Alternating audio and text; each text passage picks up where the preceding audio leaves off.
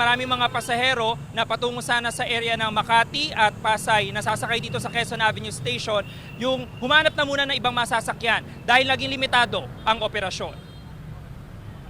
Sa anunsyo na pamunuan ng MRT3 kanina, nagpatupad ang limitadong operasyon mula sa North Avenue hanggang sa Shaw Boulevard Stations sa parehong northbound at southbound bandang alas 5:50 ng umaga.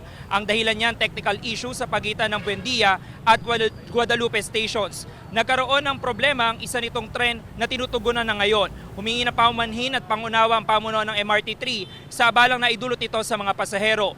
Dito sa Quezon Avenue Station, agad na nag-abiso ang staff kaugnay sa limitadong operasyon. Kaya ang ilang pasahero na patungo sa Makati at Pasay, hindi na muna tumuloy kanina. Ang iba, sasakay na lang daw sa EDSA Carousel. May mga nag-book din ng TNVS at motorcycle taxi. Hindi muna ako tutuloy siguro, sir. Kasi alas 7 po yung ano ko po eh. Pasok ko po ngayon. Baka hindi na po ako makakapasok po ng site po namin. Hindi ko alam kung anong problema, bakit Shaw Boulevard lang eh. Pero siguro magkakarousel na lang ako. Galing pa ako ng Fairview, tapos ang trabaho ko nasa Makati, Ayala. So, ang laking hassle na hanggang Shaw lang yung biyahe. Pero, wala, these things happen. Ang gagawin natin?